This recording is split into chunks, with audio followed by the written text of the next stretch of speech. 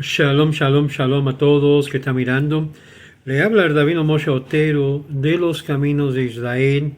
En esta serie de lo que es la cocina kasher, vamos a estar tocando diferentes partes de la cocina, diferentes partes del proceso de asegurar que su que cocina y todos sus instrumentos es kosher, es aceptable, es listo para poder utilizar.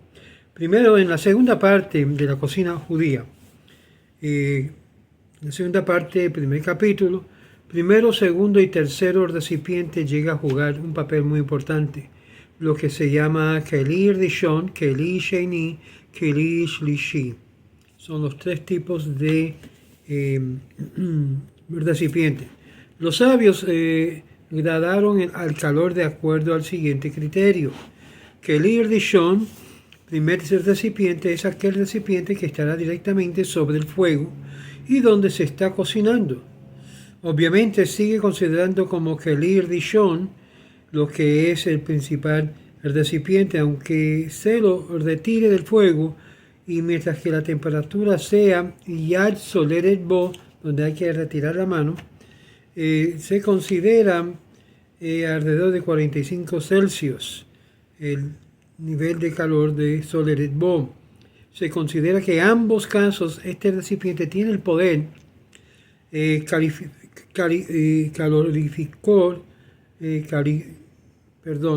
calorífico de cocinar todos los elementos que se introduzca en el mismo recipiente. Ahora, Irui Keli Rishon, cuando se verte lo que es del segundo vasija, como dice Irui Keli Rishon del primero, perdón, a los demás es el efecto de Irui, verter de Keli Rishon. Keli es el primer recipiente. Si se derrama el contenido de un Keli Rishon sobre un alimento líquido o sólido, tendrá la energía de cocinar y penetrar bajo la superficie del mismo. Keli Sheini, el segundo recipiente, en aquel al cual fue vertido el contenido del Keli Rishon, siendo normal que la superficie Keli Sheini se encuentra fría en exposición de la temperatura del ambiente, el contenido vertido del Keli Rishon pierde su poder calorífico de cocción, aunque mantenga el grado de Yad Soleret Bo, donde la mano se retira. Y si cuando coge lo que es, digamos, agua caliente y lo vierte a segunda vasija, ya pierde su fuerza en el segundo vasija. Ahora, algunos poskim o intérpretes de la ley sostienen que el Keli Sheini no cocina en el sentido estricto, pero tiene el poder de absorber. Según esta opinión, se llegará a ocurrir si cae, por ejemplo, si cayera carne dentro de la leche, la cual se encuentra en un Keli Sheini, y después del hecho, esta carne podrá ser consumido previo a que se enjuague.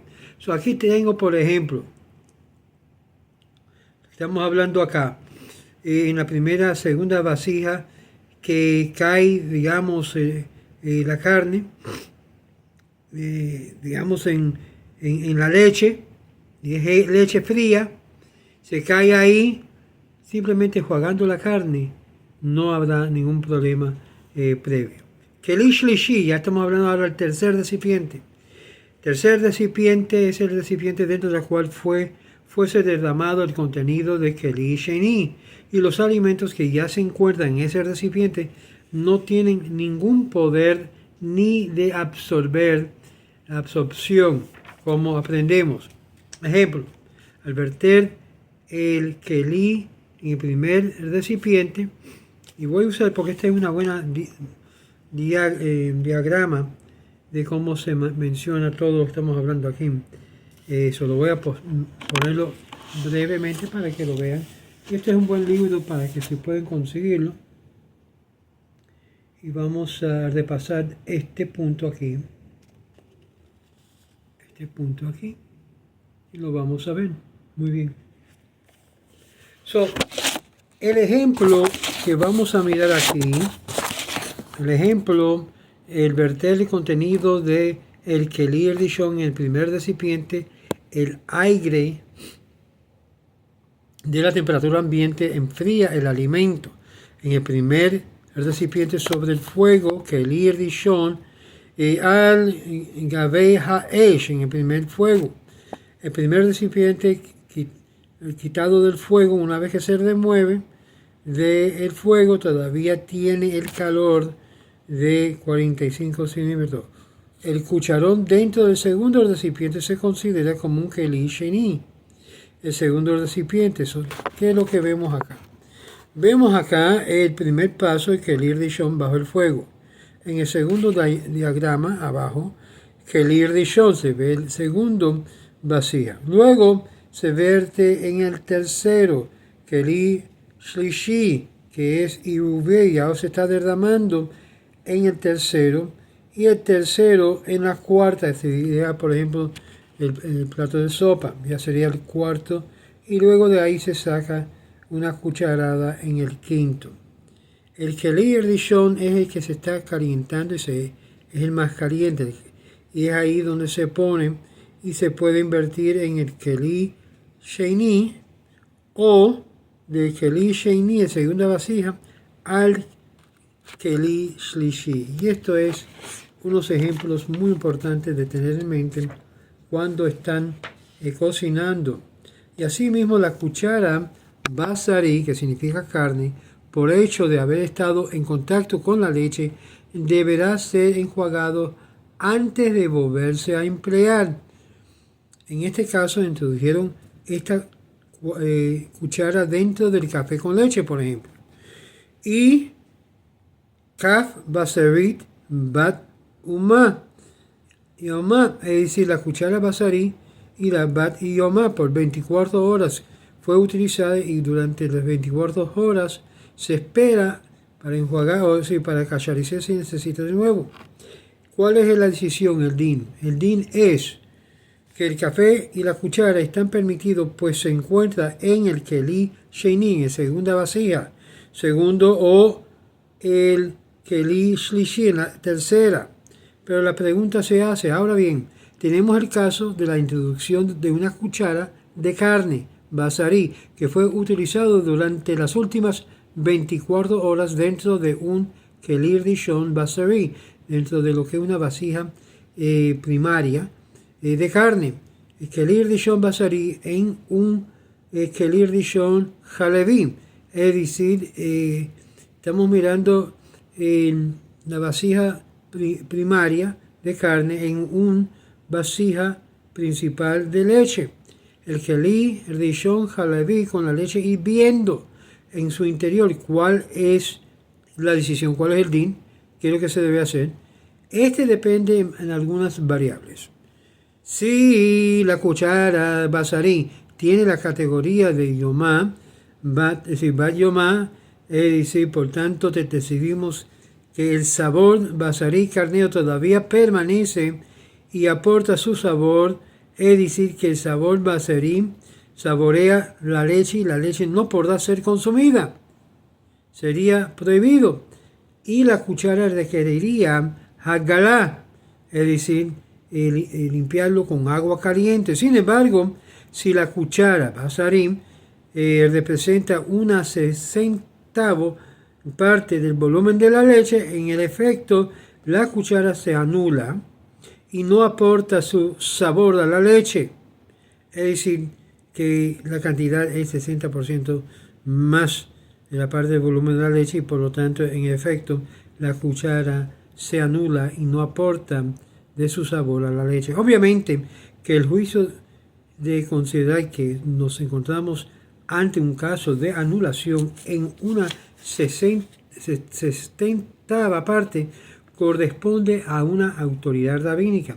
Más todavía, cuando existen divergencias entre los diferentes poskim, intérpretes de la ley, en la manera de establecer el cálculo de 1 a 60.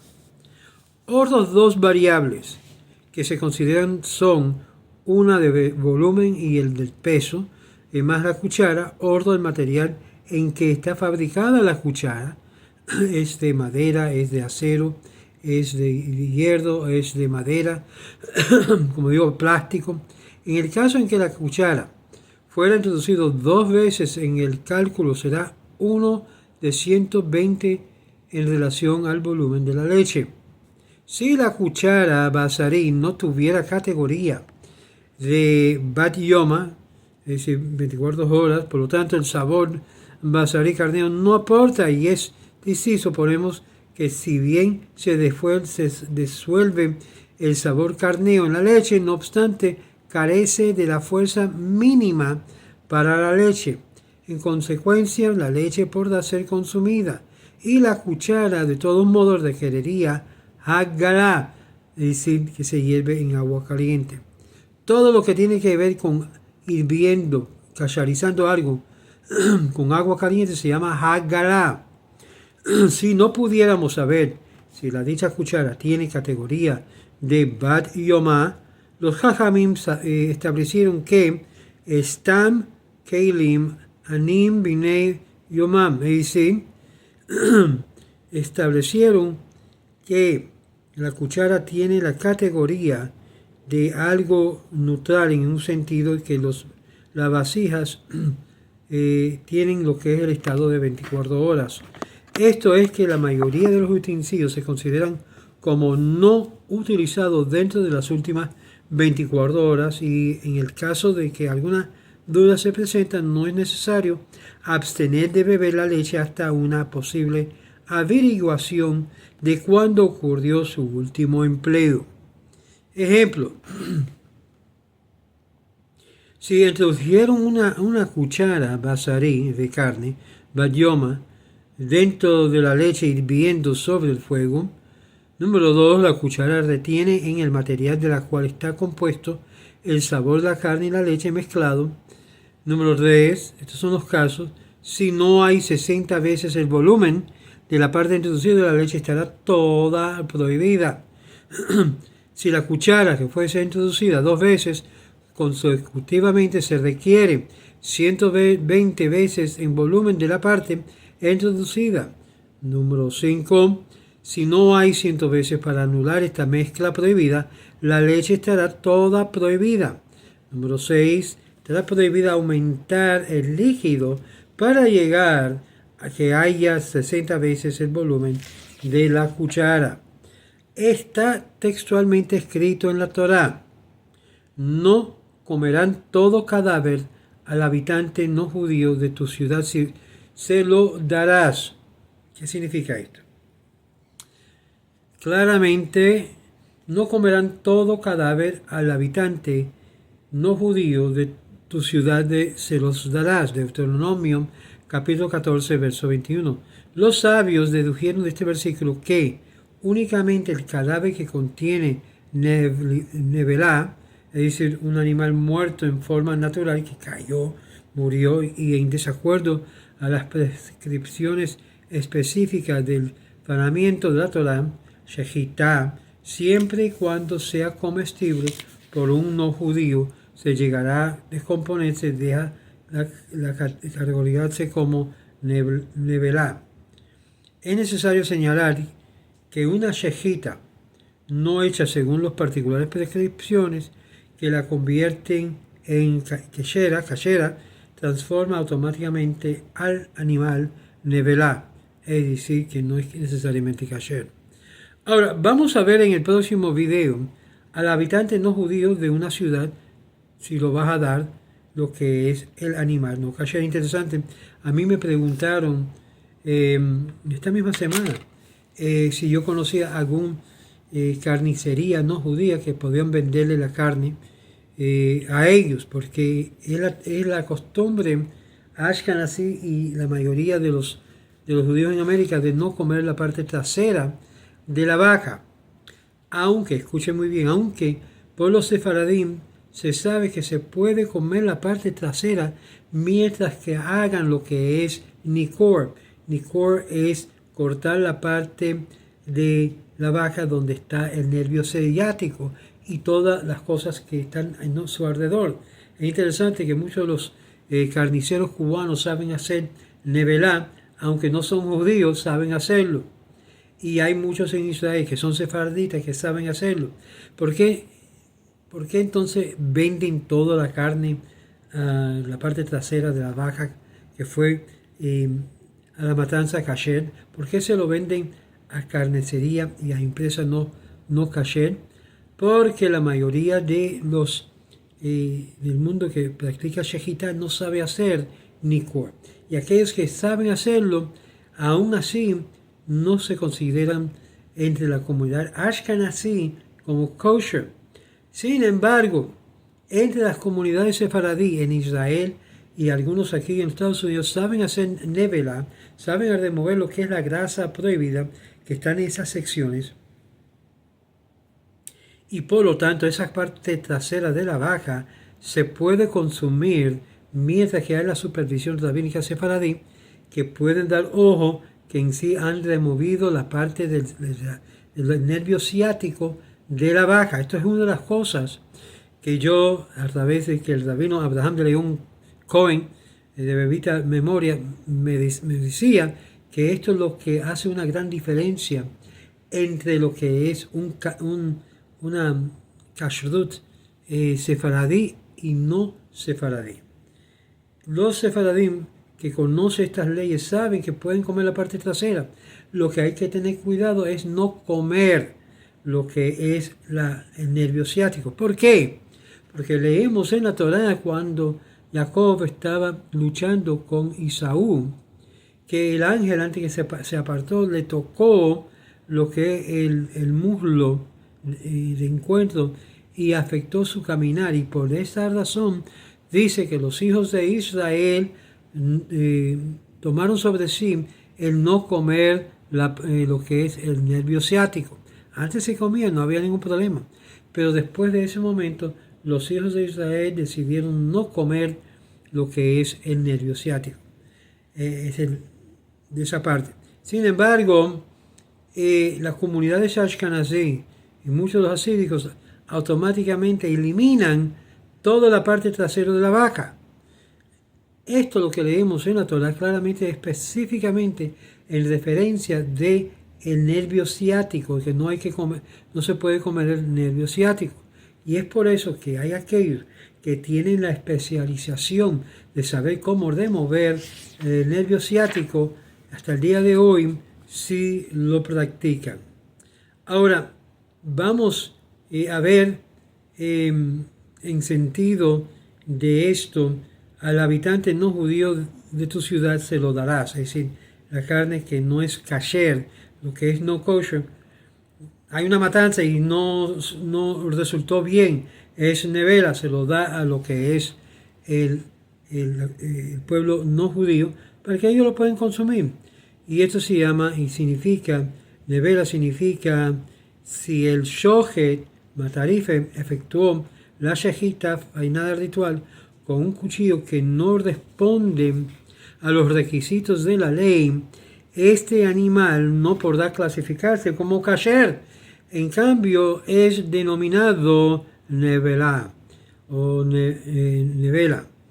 Es decir, fue matado con el fin de que fuera kasher, pero hubo un problema del cuchillo, hubo una falta en cuchillo y por lo tanto no lo pueden vendérselo a los judíos, sino se lo venden a los no judíos que todavía siguen por lo menos las 7 leyes de Noé, o que pueden comérselo. Es por esto que el judío no come carne halal. La razón que nosotros no comemos carne halal, porque muchas veces ellos no entienden todas estas leyes que tienen que ver con el cuchillo y etcétera, además de otras razones, y nosotros no comemos carne halal, que todavía se puede decir hacen la misma procedimiento que el judío, pero simplemente no lo comemos por causa que nosotros consideramos que hay un fallo cuando hacen la matanza, y por lo tanto, siendo que no son judíos, no se puede comer la carne que ellos traen a la matanza. Ahora bien, si un alimento prohibido no fuera apto para servir a un ser humano por haberse descompuesto, bediavet, o sea, de facto, y si llegó a ser mezclado con algún otro alimento, permitido no tiene la capacidad de prohibir al alimento permitido. Lo mismo se aplicaría con los utensilios que tienen absorbido el sabor de algún alimento prohibido. Es decir, ahora mismo hay algo prohibido que usaron el cuchillo, el utensilio, más fácil decir, por ejemplo, como cerdo, y sin embargo todavía tiene el olor de cerdo. Dentro de los lapsos de 24 horas, el sabor permanece dentro del recipiente usado y por lo tanto prohibirá todo elemento que se mezcla con aquel. Pero si ya transcurrieron las 24 horas, el sabor no tiene fuerza de permanencia y en consecuencia, si no llegará a usar el recipiente con algún alimento kasher, este será consumible. No obstante, el recipiente requeriría un hagalá, como lo estaba diciendo. Ahora, y esto para darte una idea, yo ahora pongo un pedazo de carne, pero usé un cuchillo y ese cuchillo se había cortado lo que es un cerdo. Ahora lo uso en la vasija, ¿no?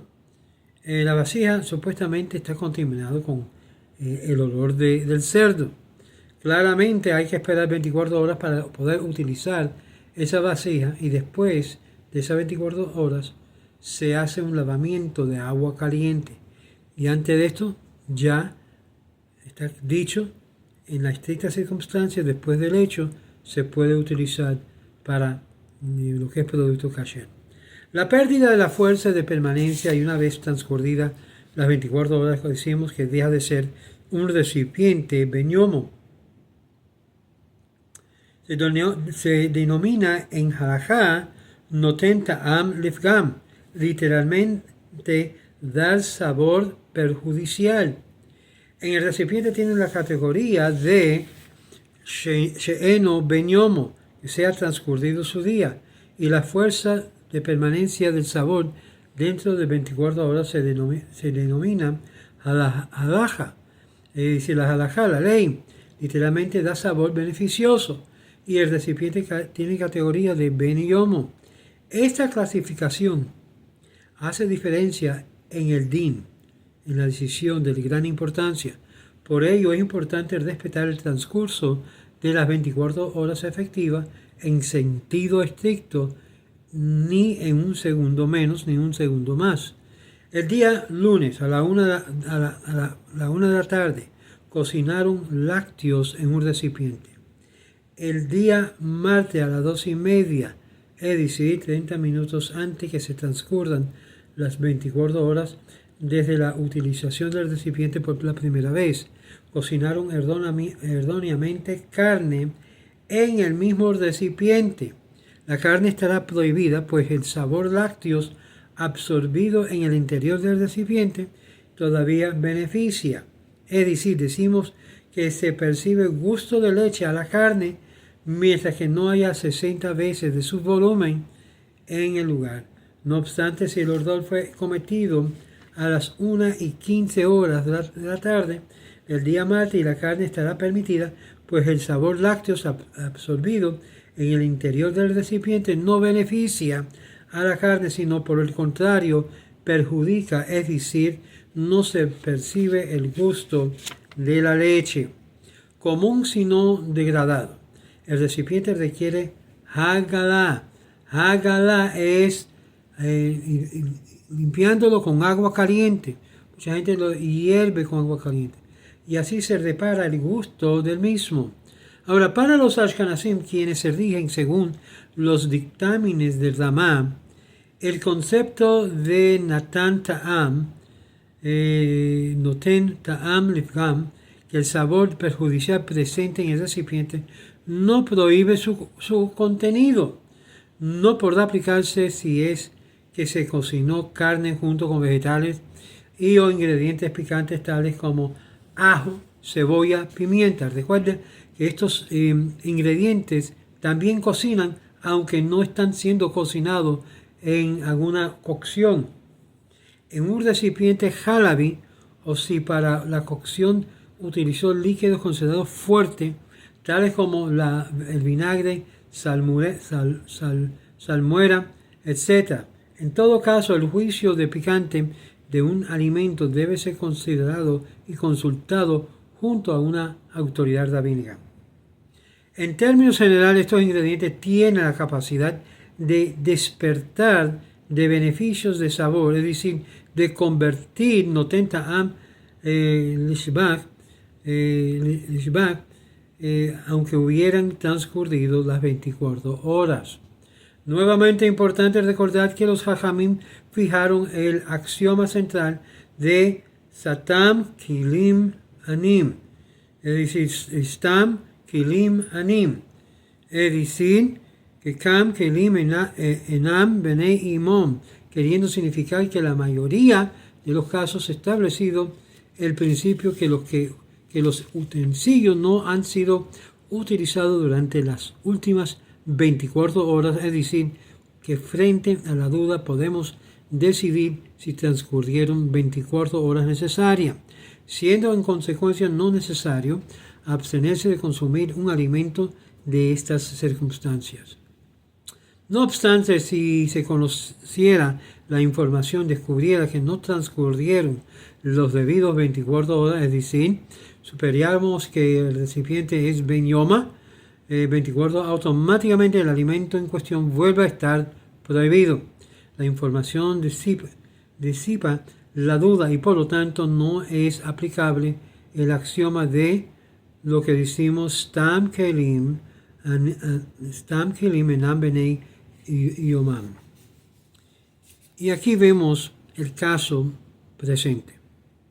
El lunes a la 1 de la tarde cocinaron leche en un recipiente y este retiene sabor lácteos en el interior del material de la cual está compuesto y se mantiene fresco durante las próximas 24 horas. Y por lo tanto, si el día martes a las 12:30, fíjense, una media hora antes, 12:30 cocinaron carne en el mismo, la carne absorbe el sabor de la leche retenido en el interior del mismo y estará totalmente prohibido la carne. ¿Y qué hay que hacer con la vasija? Hay que primeramente dejarlo sentar por 24 horas, luego, que es preferible, luego hacerle jagalar, lavarlo con agua hirviendo caliente. Algunos lo que hacen es que cogen el cacharro y lo ponen de nuevo con agua para hervir lo que es la vasija y entonces echan fuera lo que es el agua. No obstante, si el error fue cometido a las 1:15, es decir, 45 minutos más tarde, y la carne absorbe el sabor de la leche descompuesto y no tiene la fuerza de prohibir la carne, por lo tanto la carne estará permitida y el recipiente requiere hágala. Es decir, aunque fue un error que fue cometido, sin embargo la carne se puede comer, simplemente que el recipiente hay que limpiarlo con agua caliente. Y aquí terminamos el capítulo 2 de la cocina judía, viviendo una vida kasher. En el próximo vamos a ver la cocción sin fuego. La cocción sin fuego en el próximo video. Shalom.